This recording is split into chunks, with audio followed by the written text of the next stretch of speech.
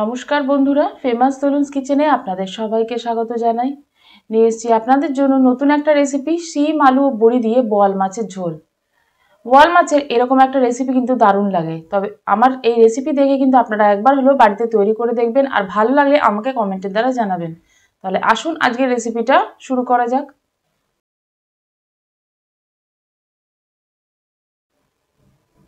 Recipe তৈরি করার জন্য এখানে নিয়ে নিয়েছি একটা বড় সাইজের টমেটো, তার সাথে একটা আলু, কয়েকটা কাঁচা লঙ্কা চিড়ে রাখা আর সিম। এখন 2 পিস বোয়াল মাছ নিয়েছি। আপনারা চাইলে বেশিও করতে পারেন, আমি 2 পিস করে দেখাচ্ছি আপনাদেরকে। এর উপর সামান্য নুন আর হলুদ দিয়ে ভালো করে মেখে এক সাইডে রেখে দেব।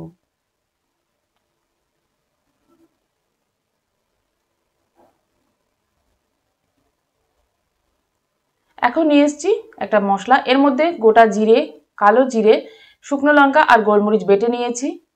তার মধ্যে দিয়ে দিচ্ছি পরিমাণ মতো নুন আর হলুদ।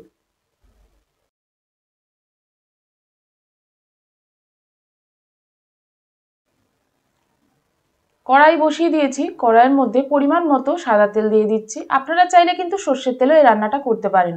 আর এখানে তেলের পরিমাণটা একটু বেশি দিলাম, যেহেতু এখন আমাকে মাছ ভাজতে হবে, তার জন্য এখানে তেলের পরিমাণটা একটু বেশি দিলাম। দেখুন মাছগুলো আমি দিয়ে দিচ্ছি। আগে থেকে যেহেতু হলুদ আর নুন মাখানো ছিল, এবারে হালকা করে ঢাকা দিয়ে দিলাম, যেহেতু বোয়াল মাছ কিন্তু খুবই ছিটতে থাকে।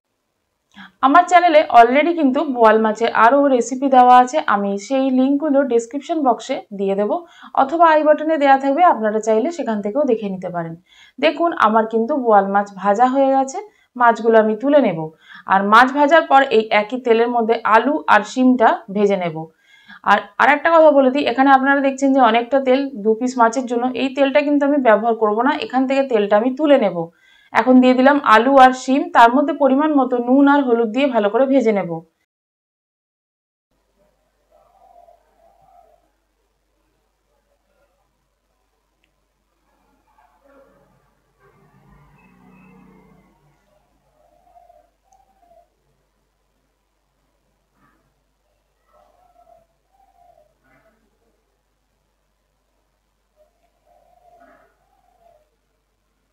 শিম আলু দেখুন আমার ভাজা হয়ে গেছে, এখন আমি তুলে নিচ্ছি।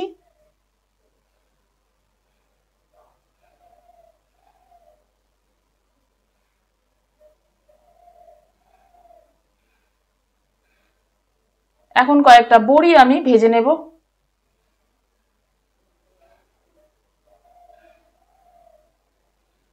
একবার হলেও আমার এই রেসিপিটা দেখে আপনারা বাড়িতে তৈরি করবেন, আশা করব আপনাদের সকলের ভালো লাগবে। আর ভালো লাগলে কিন্তু অবশ্যই আপনাদের আত্মীয় বন্ধু বান্ধবদের সাথে শেয়ার করে দেবেন, তাহলে তারাও বাড়িতে এই রেসিপিটা তৈরি করতে পারবে। দেখুন আমি কিন্তু তেল তুলে নিয়েছি। কড়াইতে অল্প পরিমাণ তেল দিয়ে তার মধ্যে সামান্য কালো জিরে ফোড়ন দিলাম। ফোড়নটা ভালো করে ভেজে নিচ্ছি। ফোড়নটা যেই ভাজা হয়ে যাবে তখনই মশলাটা অ্যাড করে দেবো। এখন আমার ফোড়ন ভাজা হয়ে গেছে, এর মধ্যে আমি এখন কিন্তু বেটে রাখা মশলাটা দিয়ে দিলাম।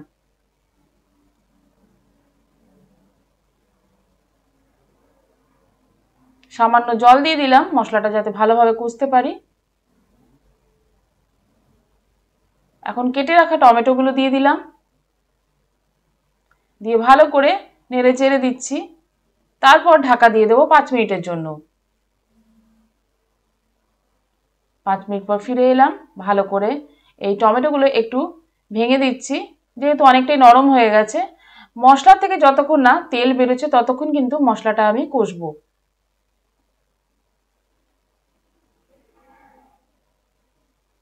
ভেজে রাখা আলুগুলো দিয়ে দিচ্ছি। ভেজে রাখা আলু দেওয়ার পর ভালো করে নেড়ে চেড়ে আবারও আমি 5 মিনিটের জন্য ঢাকা দিয়ে দেবো। 5 মিনিট পর ঢাকাটা খুলে নিয়েছি। দেখুন তেল কি সুন্দর ভেসে উঠেছে ওপরে, একদম মশলার উপরে। এখন কিন্তু আমার মশলা একদম সম্পূর্ণ কষা হয়ে গেছে। এই পর্যায়ে আমি এখানে অ্যাড করে দেব উষ্ণ গরম জল। এখানে 2 পিস মাছ, তার জন্য আমি এখানে 1.5 বাটি পরিমাণ জল নিলাম। যেহেতু একটু মাছের ঝোলটা তো ফুটতে হবে, এই সবজিগুলো তার সাথে মাছটাও সেদ্ধ হতে হবে। এখন দিয়ে দিলাম আমি ভেজে রাখা মাছগুলো।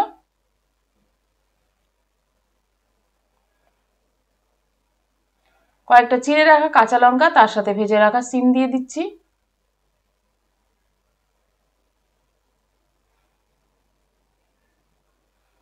বড়ি দিয়ে দিলাম, আবারও 5 মিনিটের জন্য ঢেকে দিলাম।